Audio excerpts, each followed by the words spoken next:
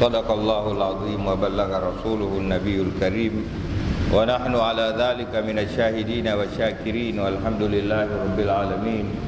Inna ahsanal hadithi kitabullahi wa khairal hadi hadiyu nabiyyina Muhammadin sallallahu alaihi wasallam wa syarral umuri muhdatsatuha wa kullu muhdatsatin bid'ah wa kullu bid'atin dhalalah wa kullu dhalalatin finnari wa na'udzu billah.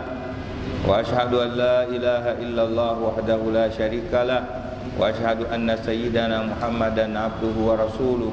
Allahumma salli wa sallim alaihi salatan tukhrijuna biha min dhulumatil wahmi wa tukrimuna bi nuril fahmi wa tudhihu lana ma ashkala hatta ifhama innaka ta'lamu wa la na'lamu wa anta 'allamul ghuyub. Rabbi shrah li sadri wa yassir li amri wa hlul 'uqdatam min lisani yafqahu qawli. Amma ba'd. Nawaitu ta'alluma wa ta'lima wa nafa wal intifa' wal ifada wal istifada. Tunaendelea na darasa yetu.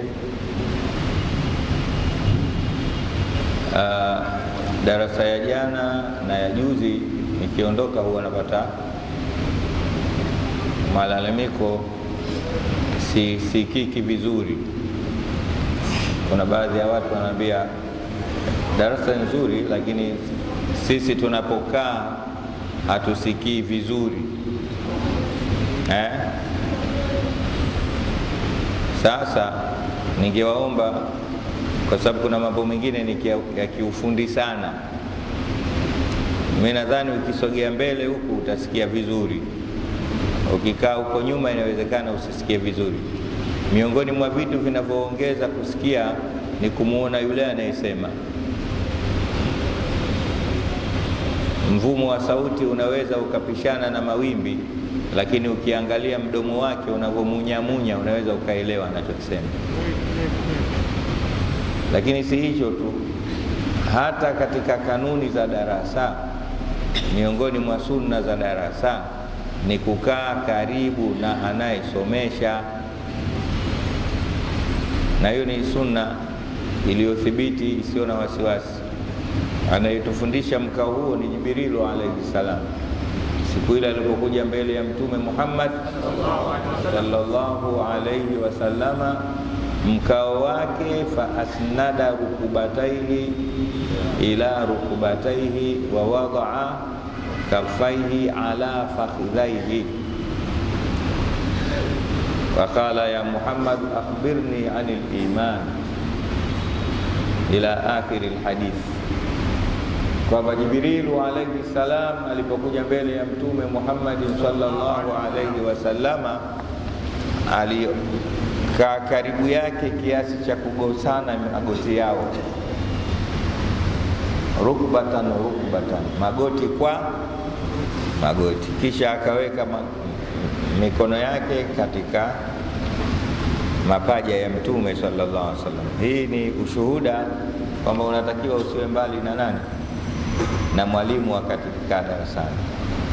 Lakini pamoja na hayo, mafundi tutawaomba hao wanaofanya setting waendelee kufanya setting, na wale huko nyuma wanaopenda kuegemea, wanaogopa kuja mbele, wapate kusikia na wao. Sema inshallah. Haya, tunaendelea na darasa yetu na kukumbusha tena kama nilivyokukumbusha jana mwisho, ukija msikitini kumbuka kunuia itikafu, na waitu sunnatal i'tikaf, maana yake nanuia sunna ya kubaki na kukaa msikitini kwa muda. Itikafu ni kile kikao chako msikitini. Ukikaa msikitini, kile ndio kinaitwa nini? Itikafu. Na si kama wanavyoamini wengi eti itikafu ni dua. Utasikia mtu anakuambia usinichezee nitakusomea itikafu. Hakuna dua inaitwa itikafu, bali kuna kikazi kinachoitwa itikafu. Ni nini? Ni kukaa msikitini kwa ajili ya darasa, kukaa msikitini kwa ajili ya kuswali, kukaa msikitini kwa ajili ya dhikri na istighfari na salatu ala nabii, pia kukaa msikitini kwa ajili ya kupumzika. Ufanye chochote, unaingia msikitini mwenyewe umeamua kulala, basi kwa kunuia kwako itikafu, Mungu atakulipa thawabu mpaka utoke, mpaka muda wa kubaki msikitini utaendelea kupata thawabu za itikafu. Kwa hiyo ukiingia msikitini, pamoja na ile dua ya kuingia msikitini ambayo najua watu wengi wanaijua, basi usiache kusema nawaitu sunnatal itikafu kwa moyo wako, nanuia sunna ya kubaki msikitini. Sawa. Thawabu nyingine hizi sio za kuziacha, ni za kujiokotea. Tunaokota, unaondoka zako. Sawa. Natoke enda chooni, ukirudi unanuia tena. Kuna wale wanaopenda kujipigia simu, ukienda kupigia simu ukirudi unanuia tena. Leo tunaanza aya ngapi? Ya 11. Ndio hivyo.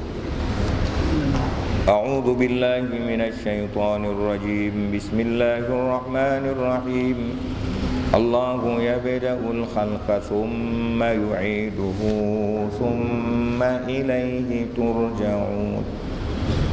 Wa yawma taqumus sa'atu yublisul mujrimun wa lam yakun lahum min shurakaihim shufa'a wa kanu bi shurakaihim kafirin. Wa yawma taqumus sa'atu yawma idhin yatafarraqun. Fa amma alladhina amanu wa amilus salihati fahum fi rawdatin yuhbarun. Wa amma alladhina kafaru wa kadhabu bi ayatina wa liqa'il akhirah fa ulaika fil 'adhabi muhdarun. Ndio Allahumma ij'alil Qur'ana rabi'a qulubina wa shifaa'a sudurina wa zahaba ahzanina wa kafaratan lisayyiatina wa nawwir Allahumma bihi basairana wa absarana ya rabbal alamin. Waj'alhu hujjatan lana wa la hujjatan alaina. Allahu yabda'u al-khalqa thumma yu'iduhu. Tulisema aya au sura zilizoshuka katika maisha ya Mtume Muhammadin sallallahu alaihi wasallam akiwa bado yuko Maka, nyingi sana zilikuwa zinathibitisha al-uluhiyya, zinathibitisha uungu, zinaonyesha dalili za uwepo wa Mwenyezi Mungu. Aya nyingi sana na sura nyingi sana. Na hilo ni kwa nini? Ni kwa sababu ndio kwanza watu ulingano na dawa unawafikia.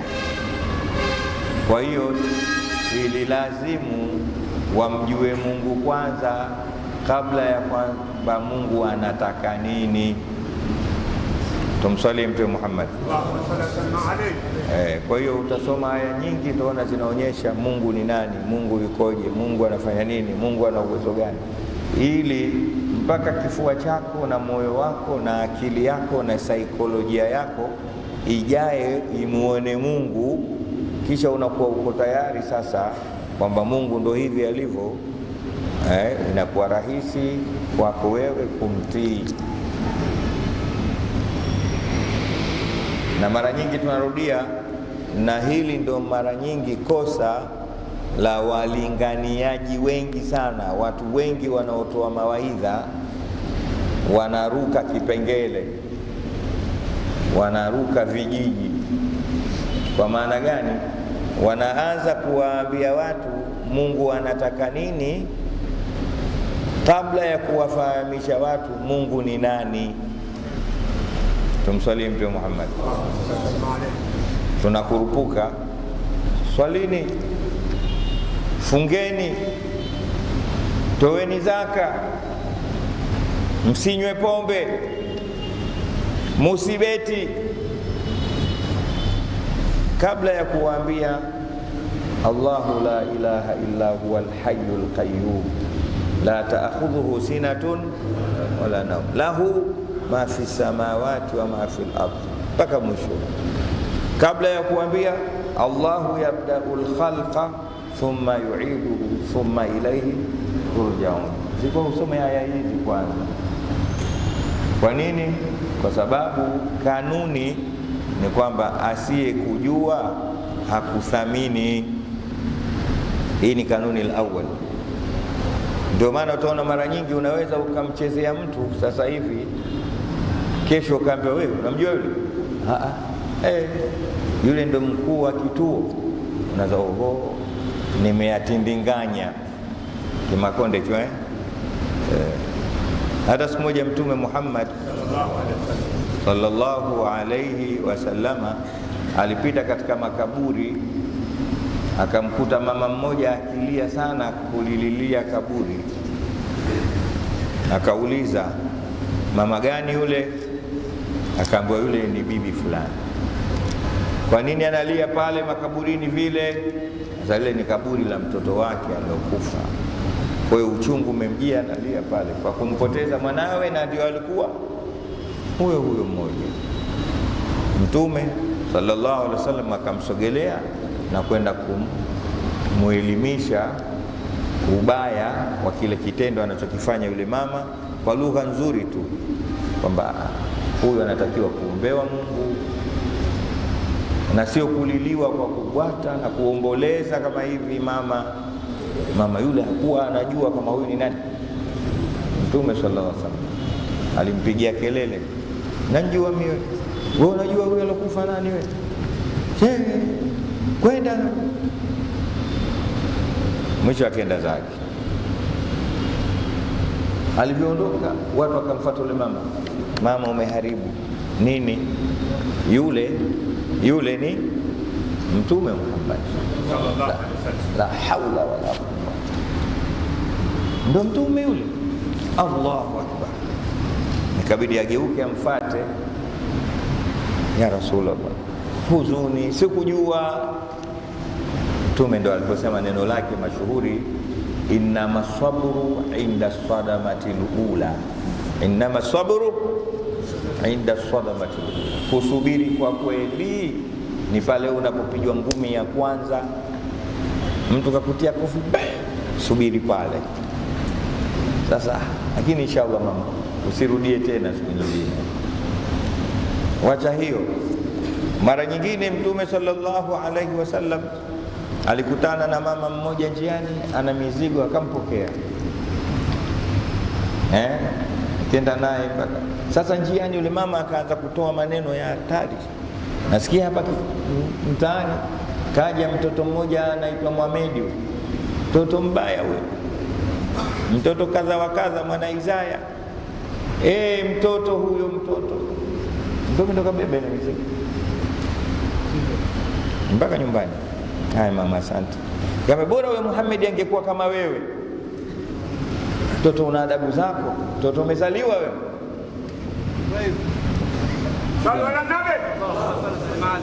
Kuja mtoto hapa asiokuwa na adabu. Haya mama, asante.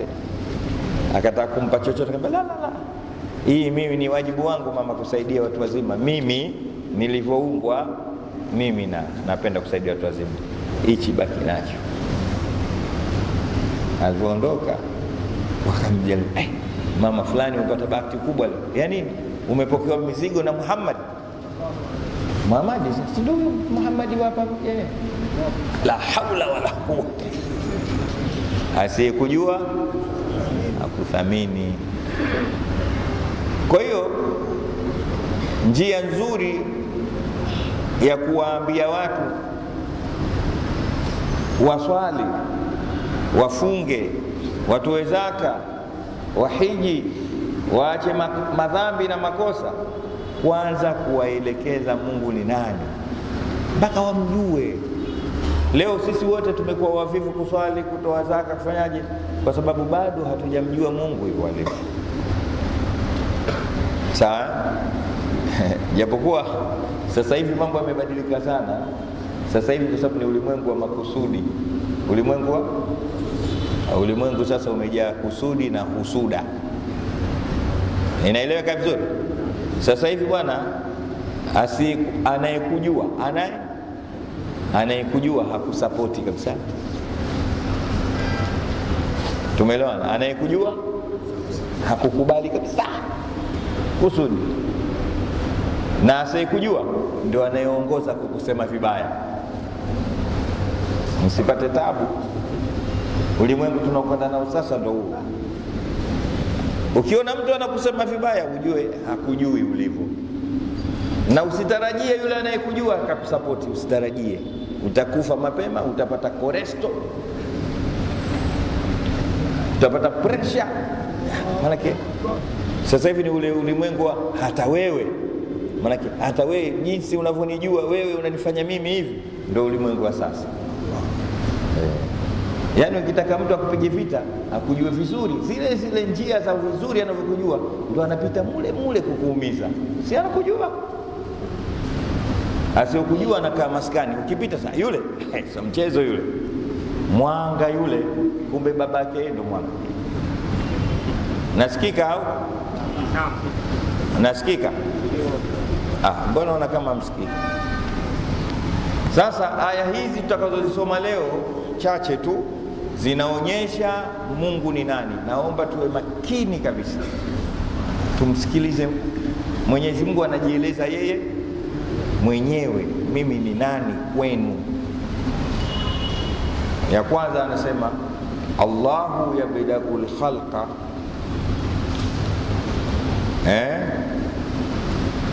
Mwenyezi Mungu anavianzisha viumbe. Yani yule muumbaji wa kwanza kabisa ndio creator anaitwa. Mwenyezi Mungu ndiye anavianzisha viumbe. Hakuna mtu alioanzisha viumbe, ndio yeye. Thumma yu'iduhu, kisha anavirudisha. Manake amevianzisha na atavimaliza yeye mwenyewe. Yeye ndo aloumba na yeye ndo ataua, hakuna mwingine. Thumma, kisha, ilaihi turja'un, kwake mtarudishwa. Tena hiyo tia neno thumma ilaihi, kisha kwake tu, ongeza neno tu. Thumma ilaihi, kisha kwake tu, turja'una, mtarudishwa, sio tarjiuna. Wanaojua lugha ya Kiarabu hapa wakae vizuri wasikie, na hata wasiojua nitaeleza, nitalazimisha mpaka uelewe. Kuna tofauti thumma ilaihi tarjiuna na thumma ilaihi turjauna. Kuna mabniyu lilfa'ili na mabniyu lilmaf'uli. Hii mabniyu lilmaf'uli kwa watu waliosoma lugha ya Kiarabu upande wa nahwu. Thumma ilaihi turjauna, Mwenyezi Mungu yeye ndo anaanza kuumba. Hakuna aliyewahi kuumba kabla ya Allah na hatotokea. Kisha anavirudisha viumbe, kwa maana anaondosha maumbile yao na huwa. Thumma ilaihi, kisha kwake tu, turjauna, yani sisi alioanza kutuumba ni yeye Allah subhanahu wa ta'ala, kisha yeye atatuondoa, kisha ataturudisha kwake. Atatu aya zote zilizokuja juu ya zilizokuja wattaqu yawman, amna wattaqu yawman tarjiuna, wattaqu yawman turjauna, ogopeni siku mnayorudishwa. Maana yake karhan wa kurhan, tau'an wa tau'an, ukitaka usitake, ikifika siku sio utarudishwa kwa Mwenyezi Mungu Subhanahu wa Ta'ala. Ndio maana hata jana si leo nimesema bala, hakuna hata mtu anaopenda kufa. Nani anapenda? Tena ukimwona yule mtu kazeeka sana, ndio apendi kabisa kufa yule. Mtu aliyezeeka afadhali mtoto. Unaona wale watoto wa bodaboda wale wanavyoziendesha zile bodaboda, wazee wao wakiona sasa, watoto hawa wana nyoyo za plastiki nini, kwa sababu ya utoto. Mtu mzima akiendesha pikipiki kwa tahadhari kweli, mabega hivi, yani ukimpigia honi anazima kabisa.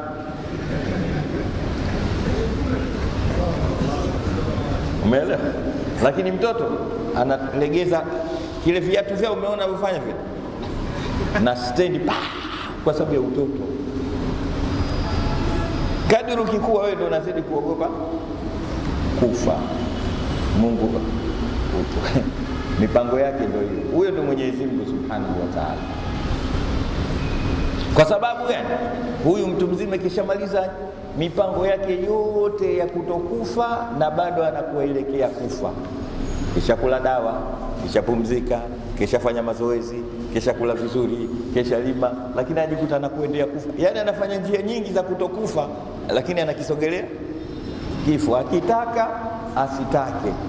Ndio unaona mtu mzima anafika pala, kabla ya kula anakula dawa, katikati ya kula anakula dawa, baada ya kula anakula dawa. Yaani mtu mzima angojei kuambiwa vipi ushakula dawa leo.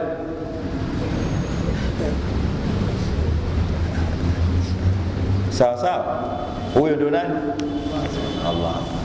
Kwa hiyo hii ni aya, ukikaa ukaitafakari hii mwenyewe utasema la ilaha, na ukisikia adhana utakwenda kuswali, na kama utakuwa na senti utatoa sadaka, na ukifika mwezi wa Ramadhani utafunga, kama una senti utakwenda kuhiji.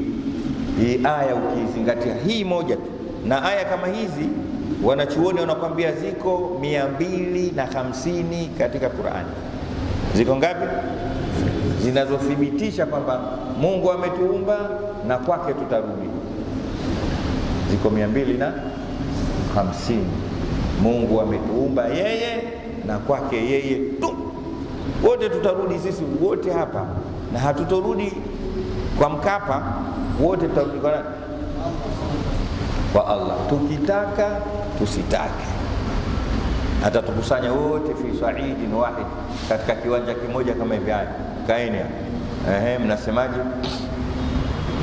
Mimi Mungu wenu sio Mungu wenu? Alastu bi rabbikum. Alafu atakuwa na mikwala. Wote tutakaa kuliko mvokaa kimya hivi. Wewe mwenyewe ujioni. Alafu atauamrisha moto utoe sauti yake, Jahannam. Moto utalia, utasikika moto, kila mmoja atasikia moto, mwema na hata yule mbaya, tutausikia moto. Kazi itakuwepo hapo. Mimi nausikia, nataka nimwambie mwanangu Omar Bago, unausikia moto huo? Na yeye anataka kuniambia, mzee, unausikia moto? Tutanyanyua sauti kwa wakati mmoja, hazitopishana zile sauti. Kitendo cha kusikia ule mvumo wa moto, kila mmoja anamwambia ndugu yake alikuwa karibu, bwana, moto. Kwa hiyo itasikika sauti moja tu, moto huo, kwa woga, moto huo. Alafu kimya. Mwenyezi Mungu pale anauliza, limanil mulku leo, limanil mulku leo, ufalme ni wa nani leo?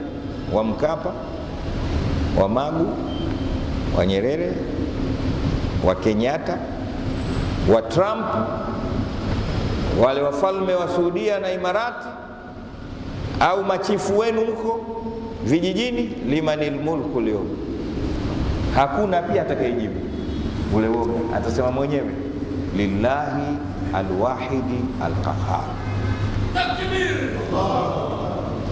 Ufalme ni wa Mungu alwahid, mmoja, alqahar, aliokulazimisheni kurudi hapa mtake msitake. Lillahi alwahid, Mwenyezi Mungu ana majina mengi, moja katika majina yake anaitwa nani? Qaharu. Qaharu manake ni mwenye kulazimisha kifo, ndio qaharu. Kwa hiyo anatumia jina lile, siku ndio linatawala. Sawa, tumkimbileni Mtume Muhammad ndo mashaka zetu wakaja na ubeti ule, ya akramal khalqi mali man aludhu bihi siwaka inda hululi walan yadhika rasulallahi ja'uka bi idhal kalimu tajalla bismi muntaqimi. Someni burda. Leo wanakuja watu hawataki muisome. Sawa,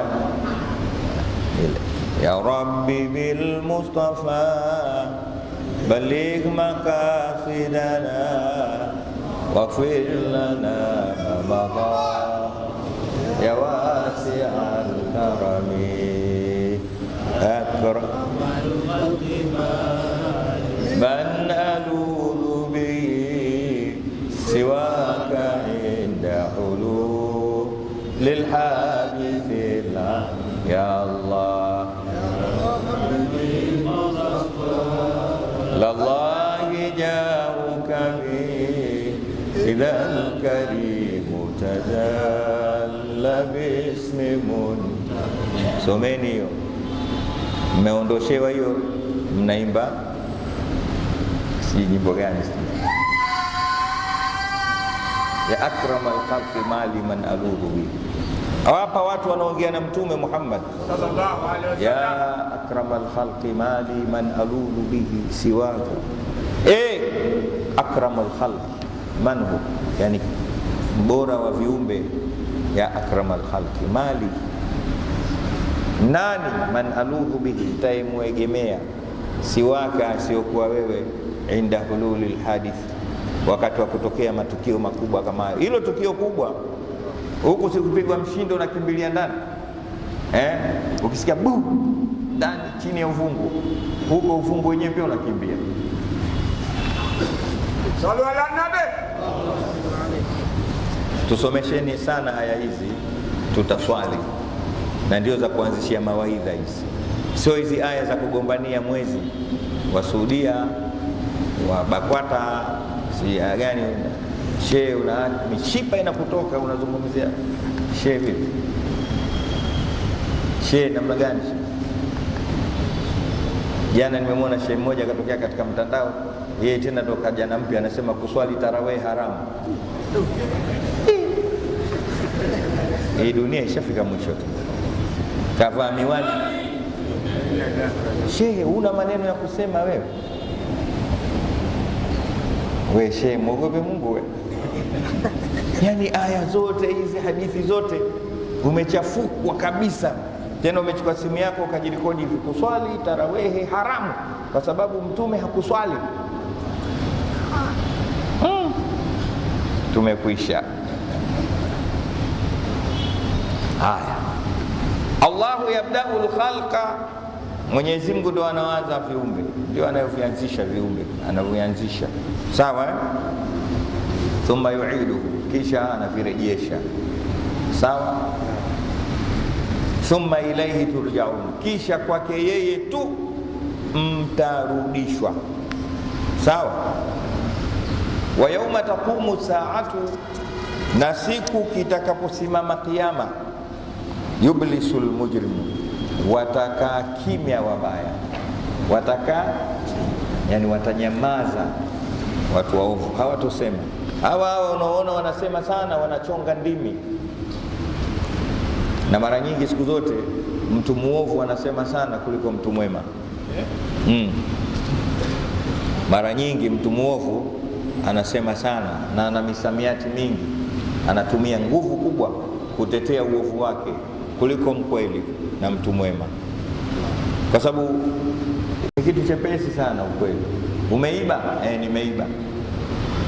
Wakati umeiba kweli, unaona upate tabu. Umeiba? Nimeiba, nisamee.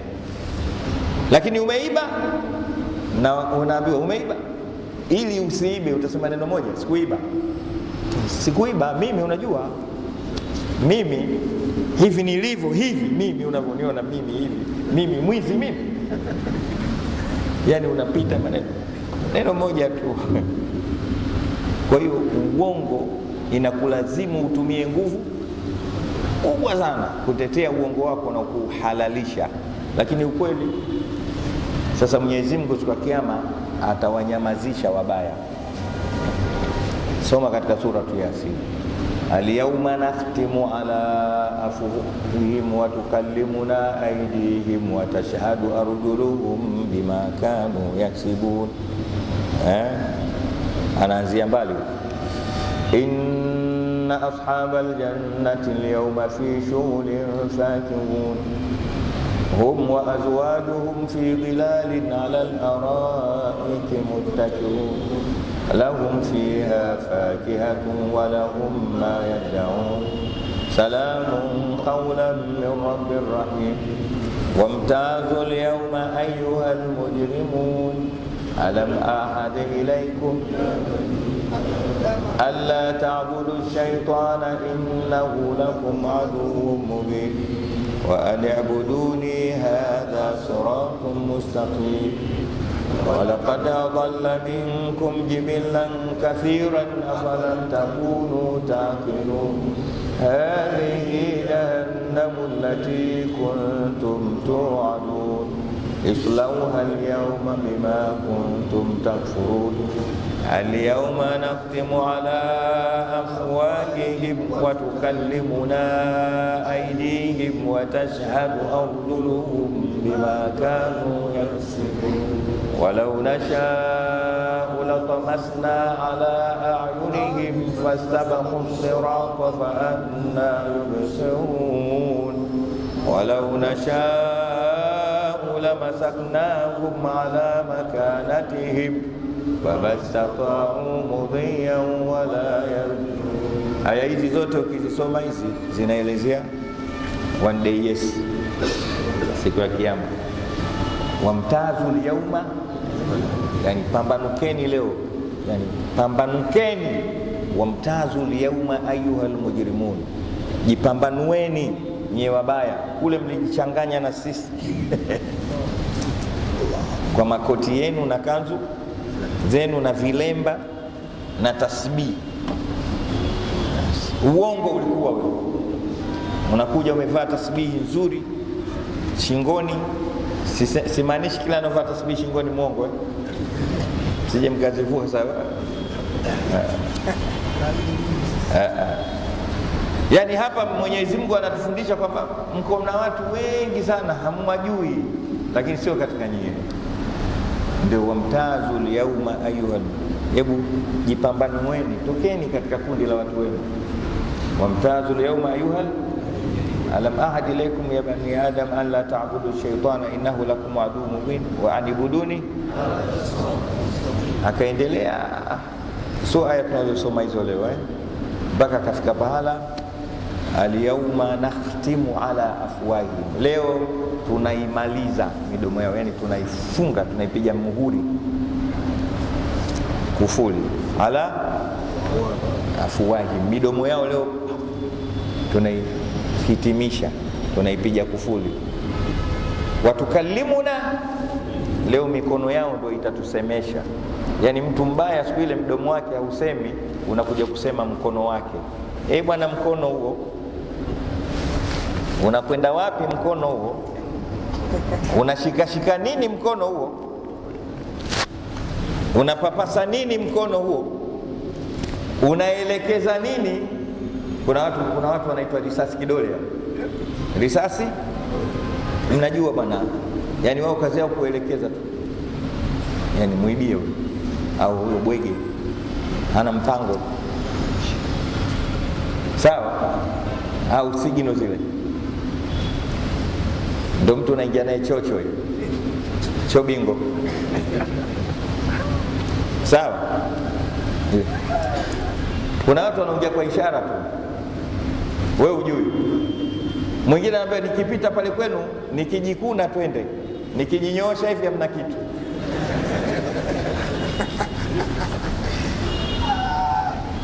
Sallu ala nabi. Mbona mkuelewa? Ukiona najikuna kuna hivi, ya mambo yameharibika. Ukiona mambo tike wenzetu hiyo, mikono itasema siku ile, al-yawma nakhtimu ala afwahihim wa tukallimuna wa tashhadu, na miguu yao itashuhudia. Ndio maana hii hapa, wa yauma taqumu saatu, siku kiyama kitakaposimama, yublisul almujrimun, watanyamaza watu wa mali. Yani midomo haitofanya kazi, viungo ndio vitakavyo. Kiungo chako kila kilichofanya kitu kitasema. Kidole kitasema, pua itasema, shingo itasema, tumbo lako itasema, mguu utasema ulikwenda wapi, kwenda na kurudi, ili mradi ukiwa mbaya tu vitashuhudia vile vitu mpaka hisabu ikishatimia. Haya, mdomo unarudishwa kusema sema, lakini hapo zishachukuliwa ripoti, ndio unaanza kuuliza, vipi wewe mkono, mimi nilikuwa nakuamini wewe, vipi? Mkono utasema antaqana alladhi antaqa kulla shay. Leo ametutamkisha yule ambaye amekitamkisha kila kitu. Achana na sisi bwana, achana na sisi. Mwenyezi Mungu atuhifadhi. Amen. Nini maana yake? Twendeni tukavitumie vyema vizuri viungo vyetu. Kila kiungo kina kazi yake, kila kiungo. Na ukisikia neno maana ya shukurani, kwamba sisi tunatakiwa tumshukuru Mwenyezi Mungu, maana ya kumshukuru Mwenyezi Mungu ni kutumia viungo alivyokupa katika yanayomfurahisha. Hiyo ndio maana halisi ya shukurani. Kufurani, maana ya kumkanusha Mwenyezi Mungu, ni kutumia viungo alivyokupa Mwenyezi Mungu katika yale yanayomuudhi Mungu. Mnanielewa hivyo?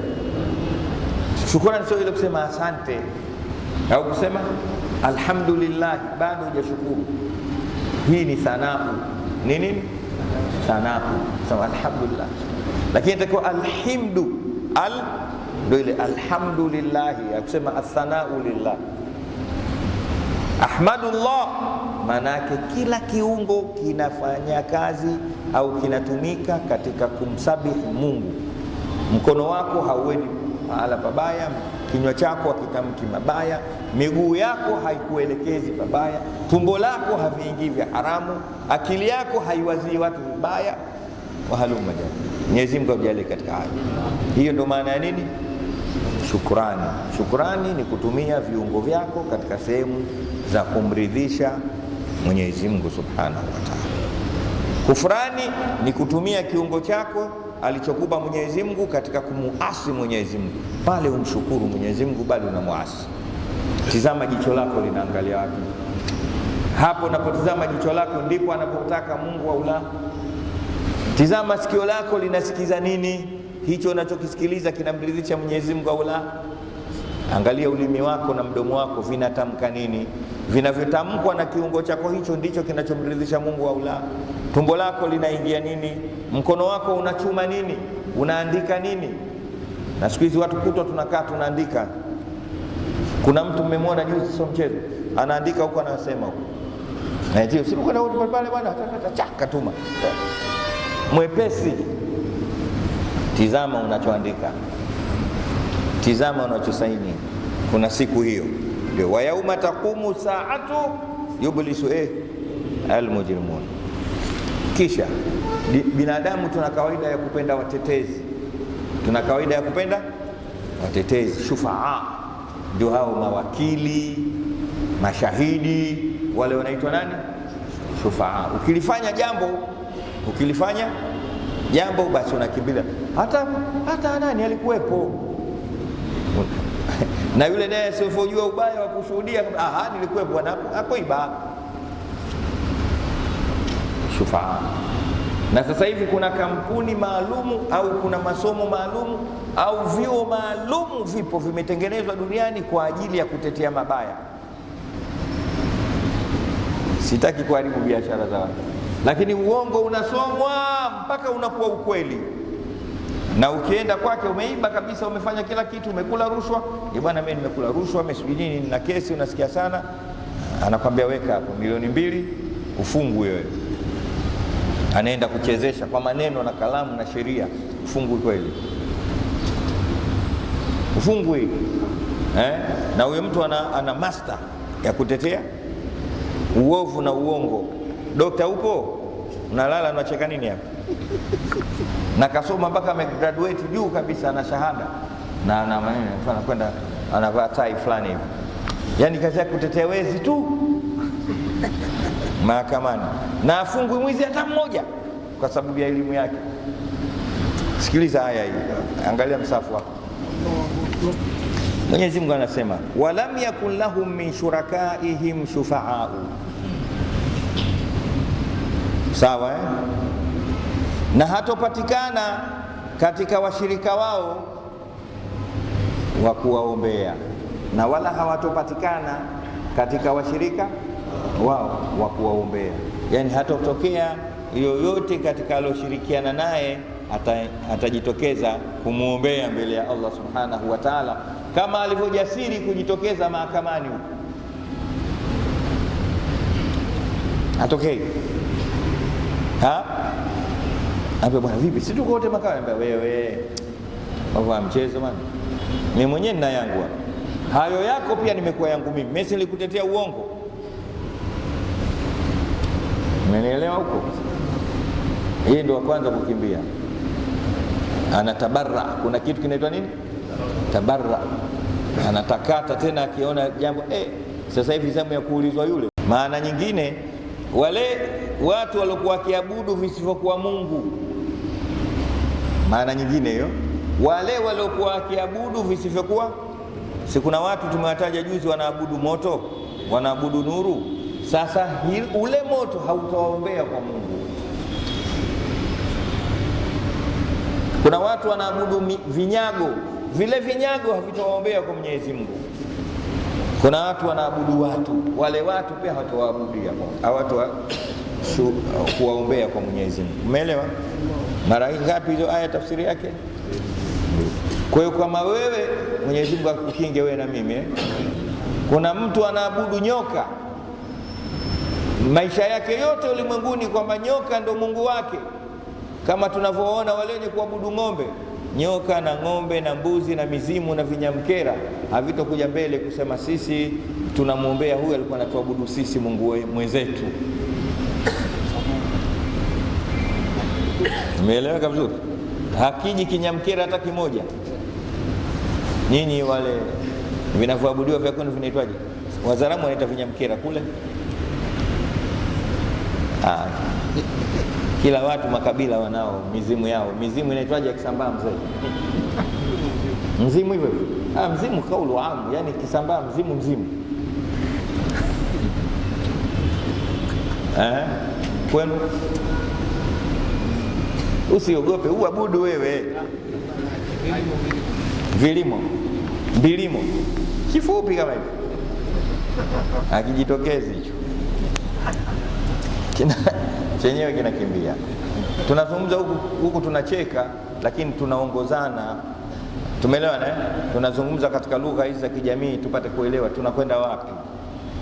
Ya jamaa, tutakate na kila kitu, twende kwa nani? Kwa Allah subhanahu wa ta'ala. La ilaha illa Allah Muhammad anakutosha kabisa. Kila unachokiona huku chote kinamtaka Mungu, basi wewe nenda kwa Mungu moja kwa moja. Usiabudu mtu, usiabudu kaburi. Umeelewa?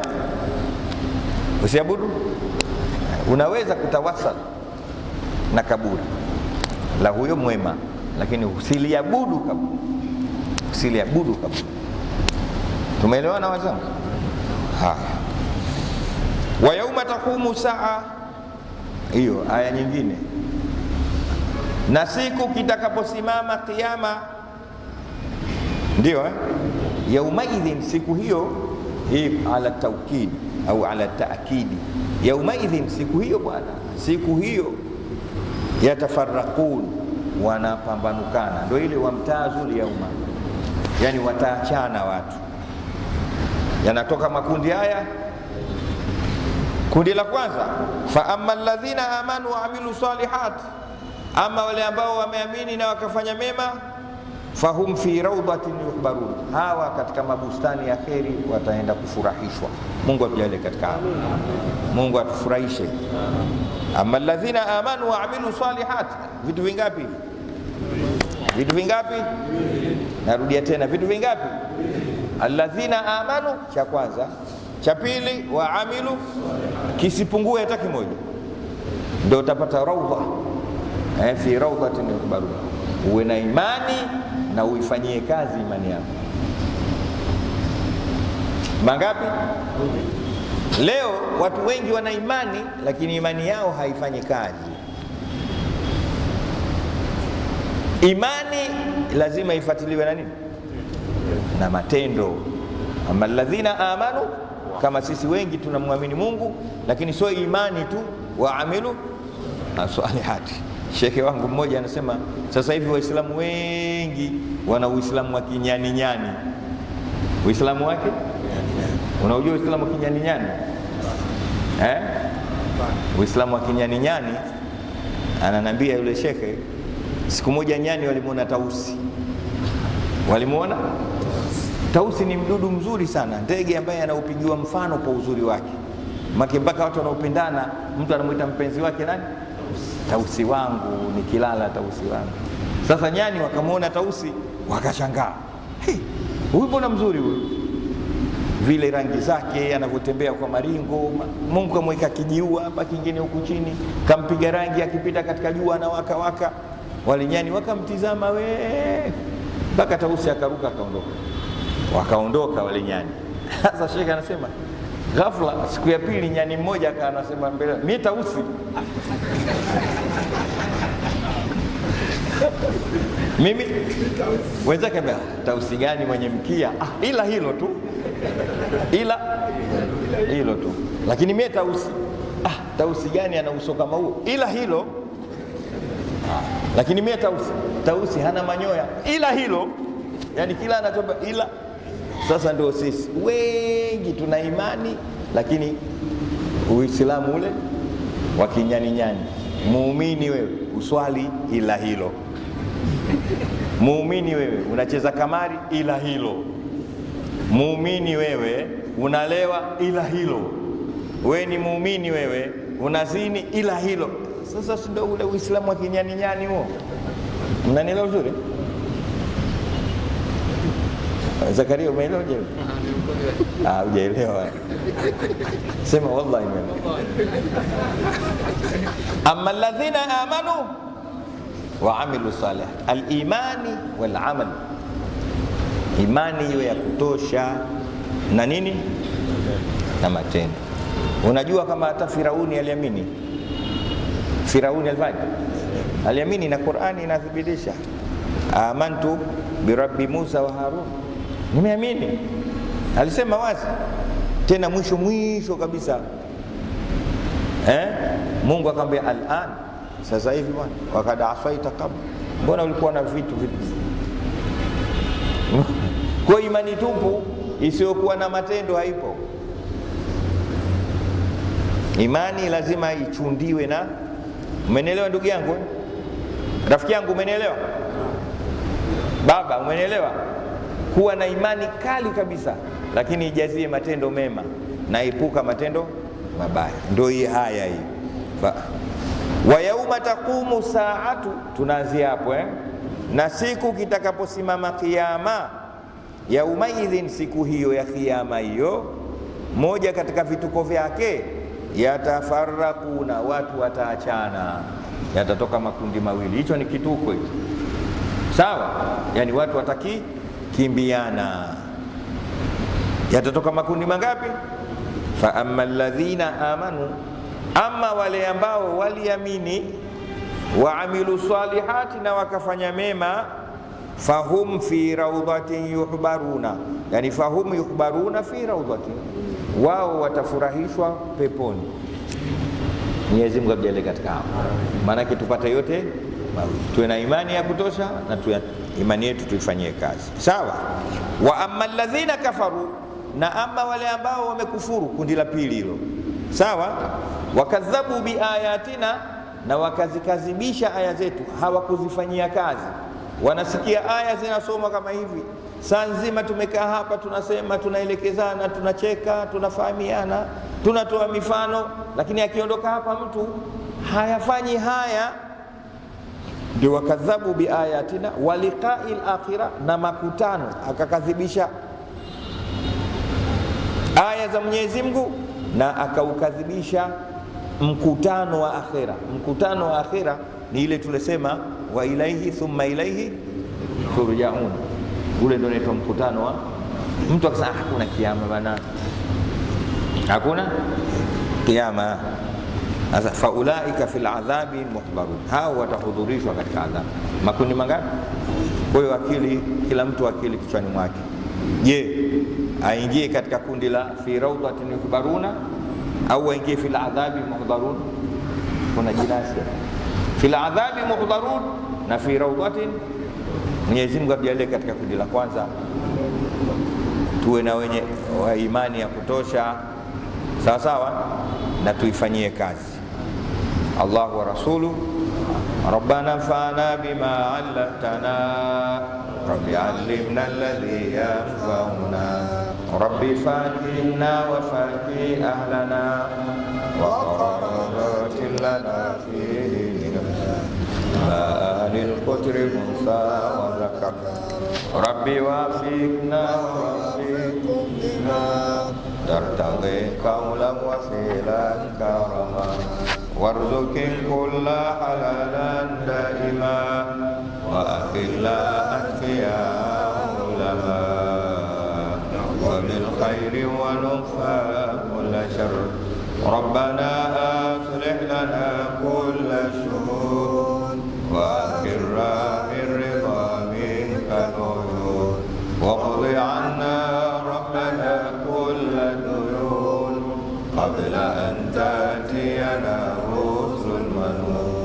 واغفر استر أنت كرامة ستر وصلاة الله تخشى المصطفى من إلى الحق دعانا والوفاء بكتاب فيه للناس شفاء وعلى الآل الكرام شرفاء وعلى صاحب المصابيح عالما سري وأخفى مستجيب دعواتي ربي فاكرنا علوما برسول الله وعلونا أن المشكلة.